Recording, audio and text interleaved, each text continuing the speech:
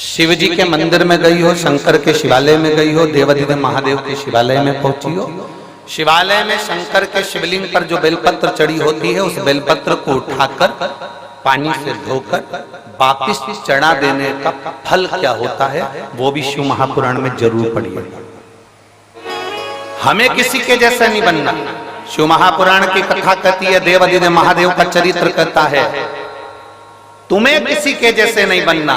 अपने अंदर भगवान ने जिस जिसको जन्म दिया पृथ्वी पर, भगवान शंकर जिसको पैदा करते हैं उसको कुछ ना कुछ हुनर देकर पैदा करते हैं। आपके अंदर कोई ना कोई हुनर जरूर है। आप किसी के जैसे मत बनो, अपने हुनर को अपनी मेहनत से प्रकट करो।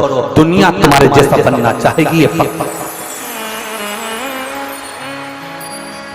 पर माताएं पीछे पकड़ के बैठती है, उनको देख ले उनके जैसे बन जा, उनको देख ले उनके जैसे बन जा, तेरी मौसी के छोरे को देख ले मौसी के छोरे जैसा बन जा, बुआ के छोरे को देख ले बुआ के छोरे जैसा बन जा। अब तुम बुआ के छोरे जैसे बनाने में लगे हो और महादेव को रोज एक लोटा वो जल चढ़ा रहा है, और महादेव सोच कर बैठे हैं कि बुआ के छोरे जैसा मत बनना, बुआ के छोरे से भी उज्जवल बनाकर बताऊंगा तेरे को। बस तेरी मेहनत करना, तेरा कर्म करना, तेरी लगन लगा कर बैठना, तेरी मेहनत करते रहना, तुझे उससे भी उज्जवल बनाकर छोड़ूंगा मैं, तो चिंता मत कर।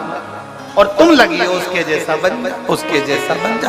रोज सास अपनी बहू को ज्ञान देती रहती है, उनकी बहू कितनी अच्छी, उनकी बहू कितनी अच्छी। सास को एक बात समझ लेना चाहिए, दूर के ढोल सुहाव। एक बार उस बहू के पाले तो पड़, उसको लेके एक बार बद्रीनाथ घूमने चले जा, मालूम पड़ जाएगा। पेंटिंग पेंटिंग की दुकान 4 दिन तक निकले ना बाबा। हमें लग रहा है अच्छी है।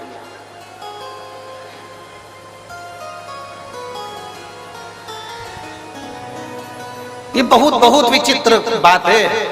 हर पत्नी को ये लगता है तुम्हारा दोस्त कितना अच्छा है, उस दोस्त की पत्नी भी कहती है तुम्हारा दोस्त कितना अच्छा है। बस ये दोनों की भ्रम का है। उसको लग रहा है कि भैया जी अच्छे हैं, उनकी पत्नी को लग रहा है भैया जी अच्छे हैं। अब उनको क्या मालूम कि दोनों ही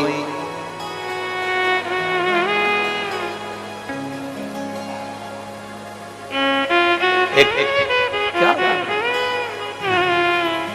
शिव कथा का है, अपने में भगवान ने जो देकर भेजा वो किसी में नहीं देखा।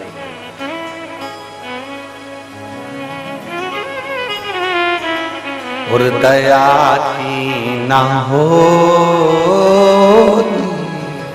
जो आदर तुम्हारी, तो सोनी रे अदालत तुम्हारी। गरीबों के दिल में जगह तुम न पाते, तो किस दिल में होती इबादत तुम्हारी, तो किस दिल में होती इबादत तुम्हारी। बहुत सोच से मिले। जिसके ललाट में जो लिखा है वो होना है, जो निश्चित है उसका सोचे से मतलब।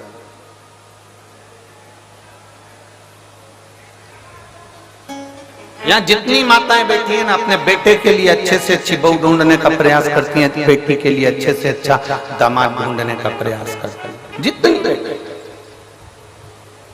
ऐसी कोई माता नहीं होगी जो रोज भगवान के मंदिर में जाकर अपनी बहू के लिए छोरा नहीं मांगती होगी, पोता नहीं मांगती होगी। कोई नहीं कहता कि पोती दे दे, पर भगवान ने जो सोच कर रखा है वो दे दे तुम्हारे सोचे से। वो कहते हैं भोले बाबा अमर वरदान दे दो, भोले बाबा अमर वरदान दे दो।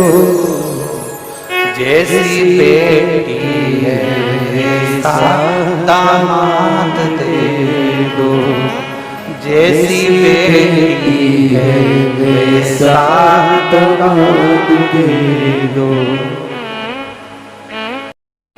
बेटी हमारी है राधा के जैसी, बेटी हमारी है राधा के जैसी, कान्हा के जैसा, कान्हा के जैसा दामाद दे दो, जैसी बेटी है वैसा दामाद दे दो। भोले बाबा अमर वरदान दे दो, जैसी बेटी है वैसा दामाद दे दो। बेटी हमारी है लक्ष्मी के जैसी, बेटी हमारी है लक्ष्मी के जैसी, नारायण जैसा दामाद दे दो, नारायण जैसा दामाद दे दो, जैसी बेटी है वैसा दामाद दे दो, जैसी बेटी है वैसा दामाद दे दो। भोले बाबा अमर वरदान दे दो, भोले बाबा सदा वरदान दे दो, जैसी बेटी है वैसी।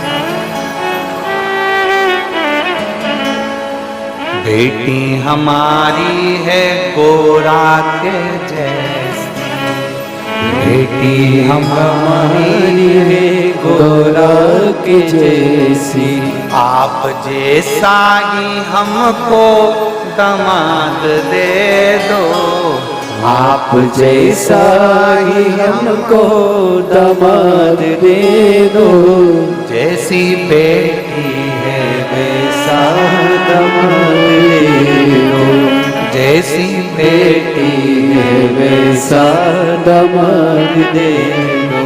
भोले बाबा अमर वरदान दे दो, भोले बाबा अमर वरदान दे दो, जैसी बेटी है वैसा दामाद,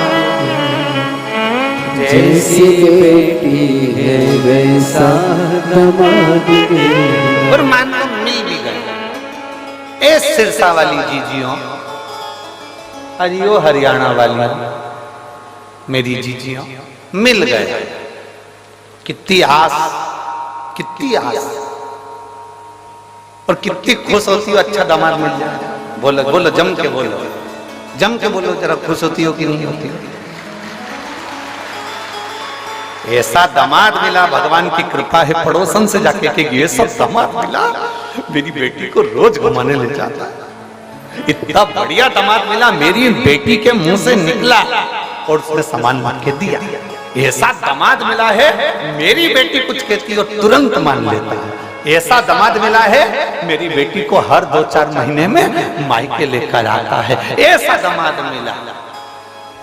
अब जैसा तुमने मांगा था ऐसा दामाद दे दो, तुम्हारी बेटी को वैसा पति मिल गया।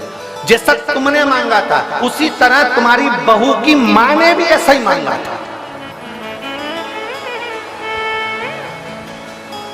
तुम्हारी बहू की मां ने भी ऐसे मांगा था, ऐसा बेटा देना, ऐसा बेटा देना।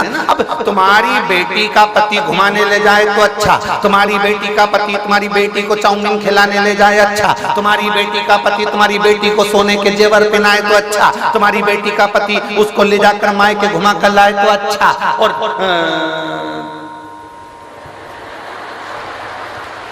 अब क्या बोलो, तुम सब समझदार हो, बोलो बोलो। और तुम्हारा बेटा अगर तुम्हारी बहू को घुमाने ले जाए तो बेटा वो तो जोरू का गुलाम हो गया। दामाद ले जा रहे हैं तो अच्छा, दामाद खिला रहे तो अच्छा, दामाद पेड़ा रहे तो अच्छा, दामाद सोने की रकम दिलाए तो अच्छा। मेरा दामाद जैसा कोई नहीं, मेरे बेटी का पति इतना बढ़िया, मेरी बेटी का पति अच्छा बढ़िया। तो आप भी अपने बेटे से कहो, बेटा जैसे तेरे जीजा, जैसे तेरे दामाद बेटी का सम्मान करते हैं, तू मेरी बहू का सम्मान कर। तो लगना चाहिए सामने वालों को कि दामाद अच्छा। दूर के ढोल, बस बस दिक्कत ही तो यही है सिरसा वाली जीजियों, दिक्कत सबसे बड़ी यही आ रही है, बड़ी यही तो पड़ी है, दिक्कत यही है सबसे बड़ी।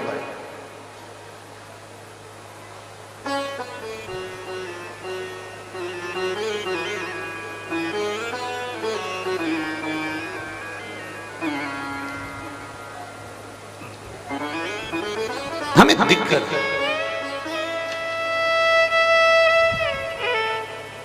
शिव कथा कर रहे हैं। विश्वानर मुनि की धर्म पत्नी भगवान की भक्त थी। शिव जी की आराधना करना, भगवान शंकर की भक्ति करना।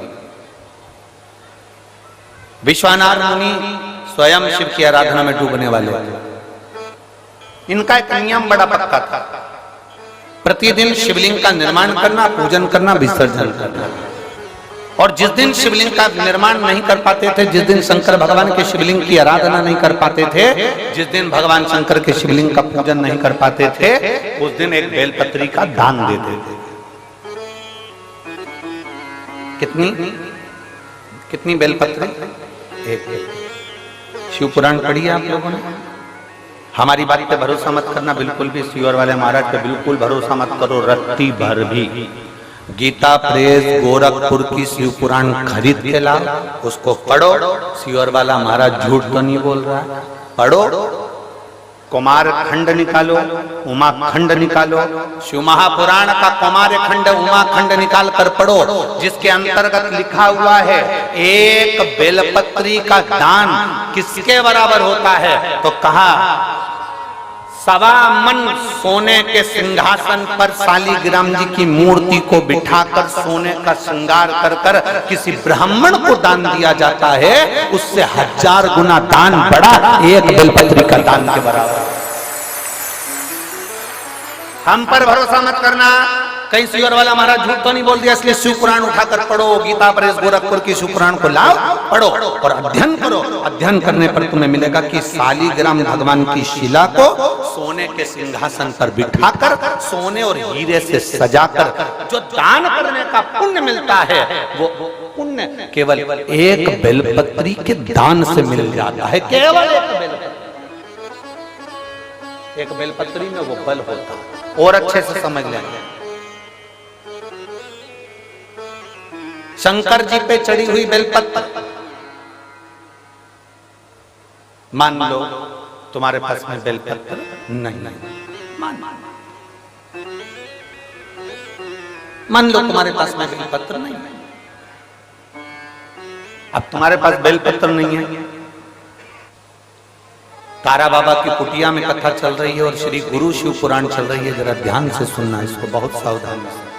जितने बाहर के पंडालों में भक्त बैठे और जितने आस्था चैनल पर सुन रहे हैं, जितने फेसबुक यूट्यूब पर सुन रहे हैं, जितने रोड पर बैठकर कथा सुन रहे हैं, जहां जहां आवाज जा रही है, जहां बैठकर कथा सुन रहे हैं, बहुत सावधानी से कथा का स्मरण करिएगा। एक बेलपत्री का दान शालिग्राम भगवान के सोने के सिंहासन पर बैठकर दान करने के बराबर है। शंकर भगवान के शिवलिंग पर चढ़ी हुई बेलपत्र को धोकर वापिस शंकर भगवान के शिवलिंग पर चढ़ाने का जो पुण्य है, कहा भारत की भूमि पर 26,000 जो पवित्र नदियां बनी हैं, उन नदियों में आप स्नान कर कर आएंगे और चारों धामों का दर्शन, 12 ज्योतिर्लिंग का दर्शन, आप सारी सप्तपुरियों का दर्शन कर कर आएंगे। उसका जो पुण्य फल होगा, एक बेलपत्री को शंकर पर से उठाकर मिलाकर वापिस शंकर को चढ़ाने का ये फल हमें तुरंत प्राप्त हो जाता है। केवल एक बेलपत्री को उठाकर धोकर चढ़ा देंगे, ये फल प्राप्त होगा।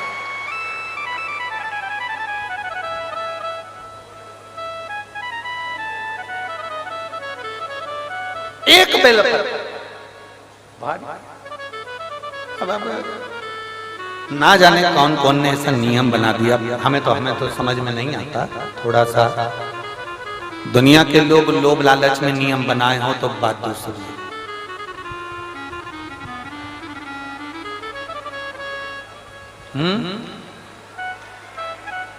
पीछे आवाज नहीं जा रही है, पीछे की आवाज खोलिए, पीछे की। वहां जाके बक्से के तारों चेक करिए कि आवाज क्यों नहीं पहुंच रही है। क्या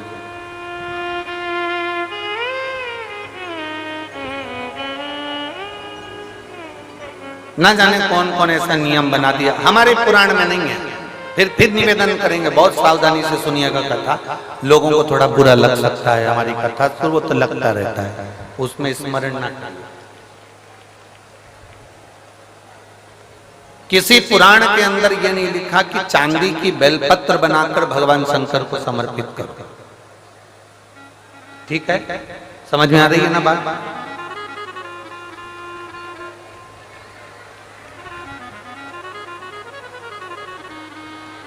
किसी पुराण के अंदर यह नहीं लिखा, किसी शास्त्र के अंदर यह नहीं लिखा कि चांदी की बेलपत्र बनाओ, सोने की बेलपत्र बनाओ और भगवान को चढ़ाओ, भगवान को समर्पित करो।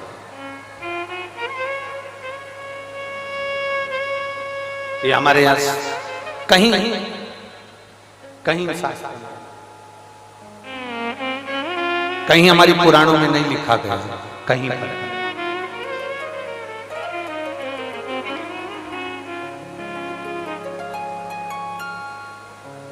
शंभु शरणे पड़ी मांगो घड़ी रे घड़ी दुख काटो दया करी मैं दर्शन आपो। शंभु शरण पड़ी मांगो घड़ी रे घड़ी दुख काटो दया करी मैं दर्शन आपो। शंभु शरण पड़ी मांगो घड़ी रे घड़ी दुख काटो दया करी मैं दर्शन आपो। अब किसी ने एक नया नियम बनाया, चांदी की बेलपत्र शंकर जी को चढ़ाना, सोने की बेलपत्र शिव जी को चढ़ाना। ये हमारे शिव महापुराण के एक भी 24,000 श्लोक में से एक भी श्लोक में कहीं चांदी और सोने की बेलपत्र का प्रसंग नहीं है। किसी को जरूरत पड़ने लगी होगी चांदी की बेलपत्र की तो उसने चढ़वा दी होगी, किसी को सोने की बेलपत्र की जरूरत पड़ी होगी तो उसने चढ़ा दी। वो अपना प्रसंग अपनी जगह।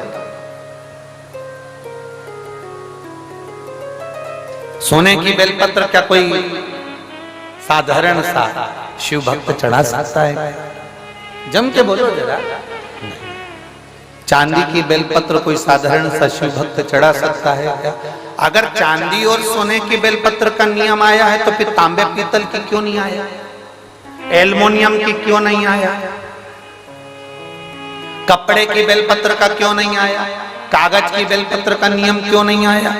आया तो सोने और चांदी की बेलपत्र का नियम आया। ये हमारे शास्त्र के हिसाब से, ये हमारे शिव पुराण के हिसाब से बिल्कुल नहीं। दूसरे को देखकर कभी मत विचार करना। कई लोग उज्जैन महाकाल का दर्शन करने जाते हैं, कई लोग ओमकारेश्वर का दर्शन करने जाते हैं, कई लोग विश्वनाथ जी का दर्शन करने जाते हैं, तो वहाँ डलिया मिलती है फूल पत्ती की, तो उसमें एक चांदी की बेलपत्र भी रख देते हैं कि ये चांदी की बेलपत्र वो चढ़ाएंगे और आपको दे देंगे, तो आप वो चांदी की बेलपत्र ले जाके अपनी अपनी तिजोरी में, अलमारी में, अपने अपने घर में रख लेना ना।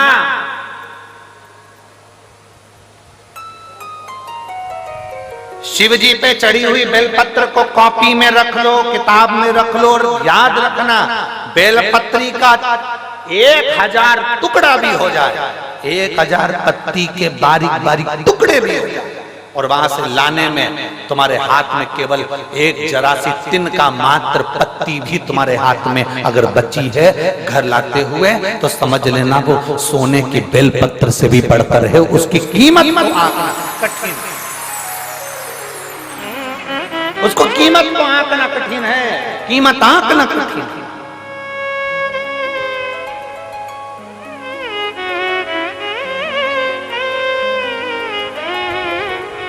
एक बेलपत्री की कीमत को कौन आंक सकता है बाबा, समझे?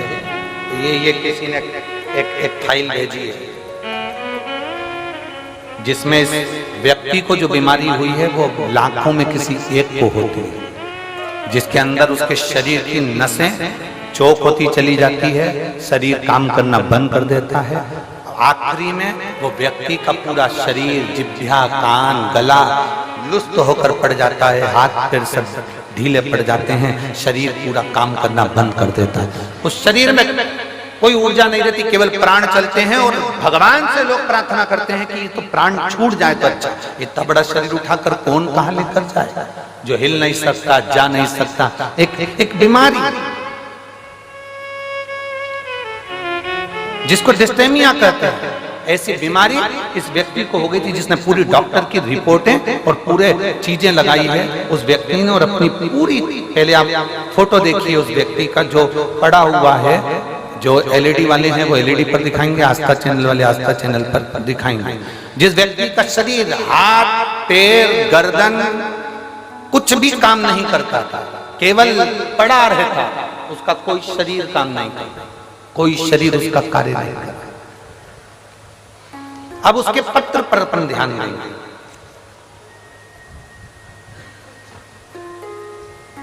मेरा नाम अजय कुमार मेहता है, मैं फतेहाबाद हरियाणा का निवासी हूं।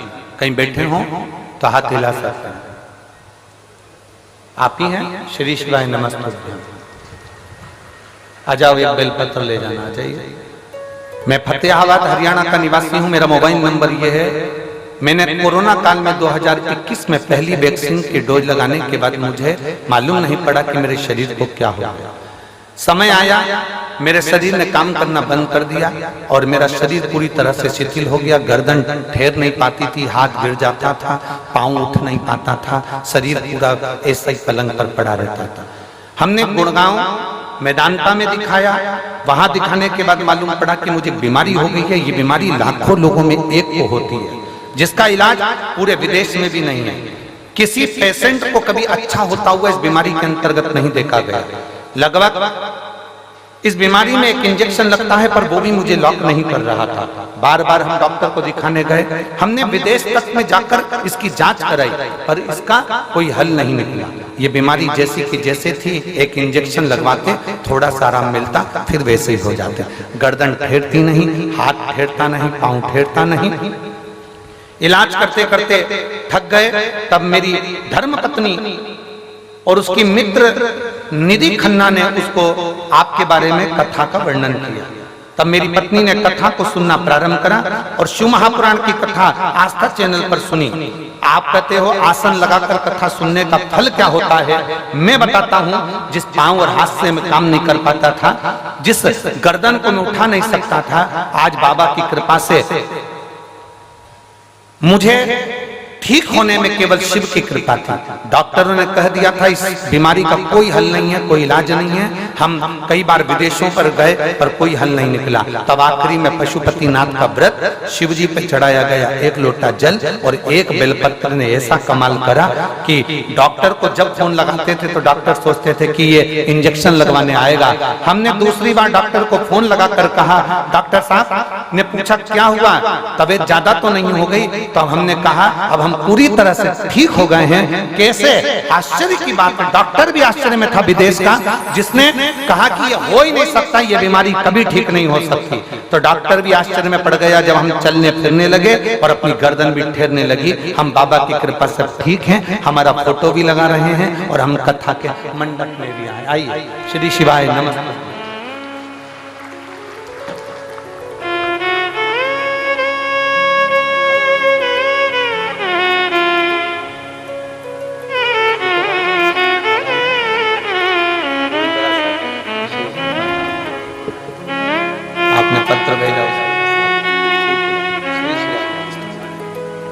ये शिव तत्व है। जो व्यक्ति पलंग पर से नहीं उठता था, जिसका शरीर काम नहीं करता, लाखों में किसी एक को वो बीमारी हो जाती है जिसमें शरीर पूरा तरह से चोक हो जाता है।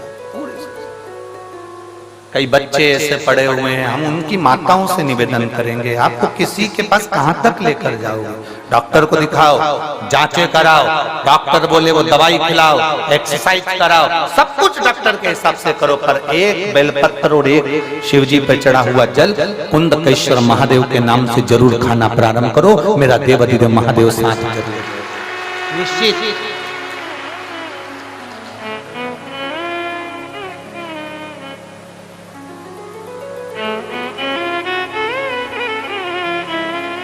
और तेरी कृपा बिना न हिले एक भी अणु, लेते हैं श्वास तेरी कृपा से तनु तनु। हे गंगाधार मुक्ति द्वार ओमकार तू, भोले ओमकार तू, आयो शरण तिहारी शंभु तार तार तू। बखान क्या करूं मैं राखों के ढेर का, चपटी भभूत में खजाना कुबेर का। हे गंगाधार मुक्ति द्वार ओमकार तू, भोले ओमकार तू, आयो शरण तिहारी शंभु तार तार। शिव है सोने की बेलपत्री जो काम नहीं करती, चांदी की बेलपत्री जो काम नहीं करती, हीरे पन्ने की बेलपत्री जो काम नहीं करती, वो एक वृक्ष पर से तोड़ी हुई बेलपत्र वो काम करती। ब्रह्म में मत पड़ना, भ्रमित मत होना। चांदी की बेलपत्र चढ़ाकर कोई तुम्हें दे भी दे और कहे कि ये लो बेलपत्र, ये हमने चांदी की दी है, उसको कह देना ये चांदी की बेलपत्र तुम्हारे पास रखो, हमें तो शंकर जी पे चढ़ी हुई एक सादी सी बेलपत्र दे दो जो दुनिया की औषधि है। बहुत बहुत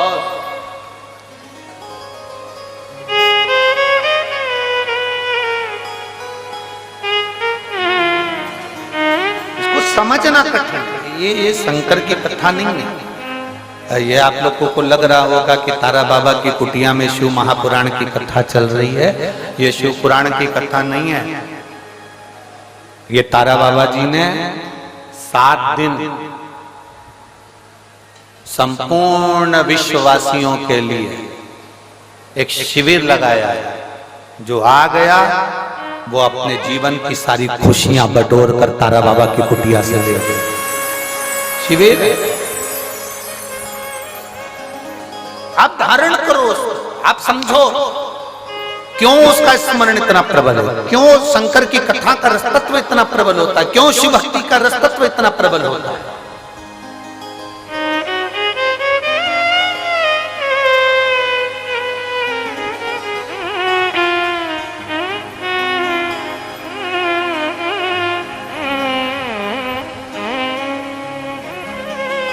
कल कोई कह रहे थे, हम सुबह सुबह जब मॉर्निंग वॉक में घूम रहे थे, सुबह 5 साढ़े 5 बजे का समय होगा, वो जो बाउंसर लोग लगे हैं ना, तो वो कह रहे थे गुरुजी हम यहाँ हमेशा सेवा में आते हैं, पर एक बात आज तक समझ में नहीं आई, इतना सारा कथा हुआ पर ये कथा में ये इतने सारे आ कहां से गए, ये समझ में नहीं है। और हम किसी को भी कुछ भी बोलते हैं ना तो वो टस से मस नहीं होता। पहले जितनी कथा होती थी ना, सब में समझदार लोग आते थे, तो हमने कहा राम कथा में राम जी जैसे आए हैं, कृष्ण कथा में कृष्ण जैसे आए हैं, शंकर जी के तो सब ऐसे ही मिलेंगे। तो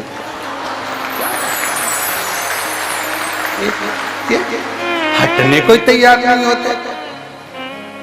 गुरु जी शिव पुराण में ऐसा क्या है? हमने कहा तुम भले 7 दिन की सेवा में लगे हो, पर 3 महीने के अंदर तुम्हें मालूम पड़ेगा कि शिव महापुराण में है क्या। हम नहीं बोल कर जाएंगे कि इसमें है क्या। तारा बाबा जी ने ये कथा करवाई है, तारा बाबा जी इस कथा को करवा रहे हैं। हम जजमान का नाम, आयोजक के नाम में भले इनका नाम ले देते, पर आयोजक वही है जो अंदर बैठे हैं, आयोजक वही।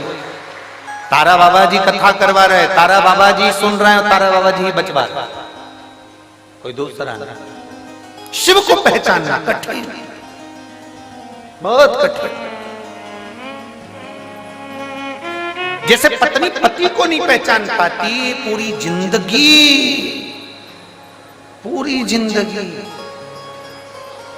नहीं पहचान पाती। कब एक पति पत्नी गार्डन में घूम रहे थे, गार्डन में घूमते घूमते सामने से कुत्ता आ गया। कुत्ता पति पत्नी की ओर बढ़ रहा था, पति को डर लगा, पत्नी ने पति का हाथ जम के पकड़ लिया, ये कुत्ता मुझे खा जाएगा। कुत्ता और पास में आया, पत्नी और घबराई, पति को लगा ये कुत्ता मेरी पत्नी को ना काट खा, कुत्ता मुझे काट खाएगा चल जाएगा, पर पत्नी को ना काटे, क्योंकि पत्नी को काटा तो कल बच्चों का टिफिन कौन बनाएगा, बच्चों को स्कूल कौन पहुंचाएगा। कुत्ता मुझे काट खाए पर पत्नी को ना काटे। कुत्ता और आगे बढ़ा, पति घबरा गया, पति घबराया, कहीं कुत्ता मेरी पत्नी को ना काट ले, तो पति ने तुरंत पत्नी को अपनी गोदी में उठा लिया। तुरंत पत्नी को गोदी में उठाया, कुत्ता भाग गया। कुत्ता भागा, इसने पत्नी को नीचे उतारा, पत्नी चिल्ला के दौड़ी, तुम्हारे जैसा बेवकूफ आदमी कहीं नहीं देखा। दुनिया के लोग कुत्ते को भगाने के लिए पत्थर उठाते, तुमने मुझे उठा लिया। इसको कौन समझाए तो समझाए कोई। अरे ओ बावरी, उसने तेरे को इसलिए उठाया था कि तुझे ना काटे, और तुझे लगा कि वो मार देंगे। समझ कोई नहीं। सबसे कठिन काम है, बहुत कठिन, कुछ नहीं हो सकता, कठिन।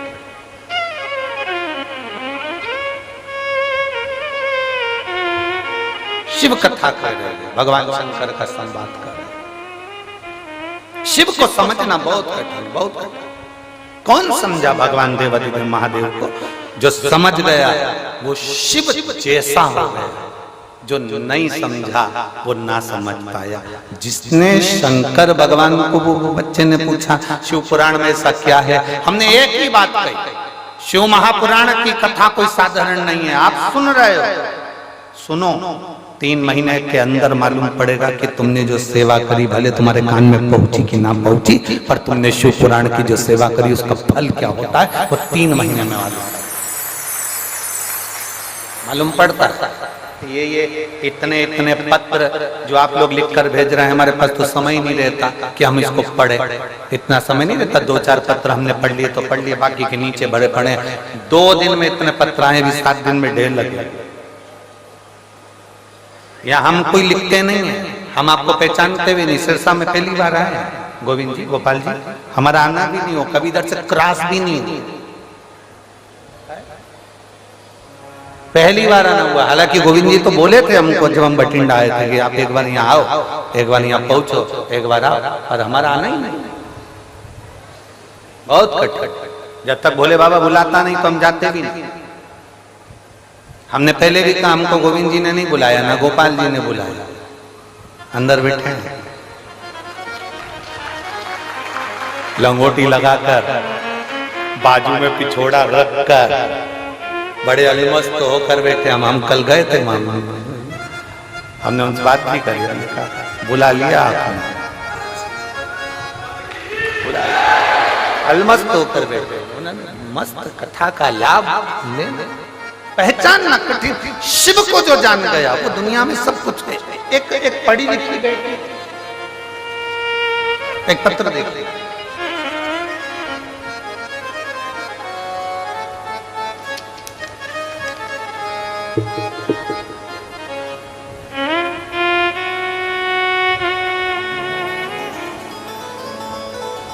मेरा नाम कौशल्या और मेरे पति का नाम महेंद्र कुमार है। गांव